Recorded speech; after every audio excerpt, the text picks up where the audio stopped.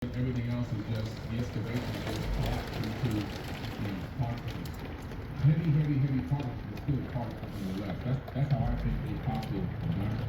I think that might even people waste management. Imagine instead of having piles and piles of garbage, you just utilize the capability of removing the empty space in the atoms, and you can turn 100,000 tons of garbage into a couple of crumbs.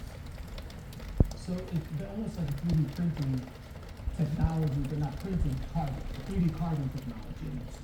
Right, Where exactly. Where they're building it out. That is absolutely fascinating. Now, let me ask you though, how do you think that this technology, or these temples in India, because you're doing this show, these temples and sites in India are connected to the pyramids, to Petra, and these other, and even Mesoamerica.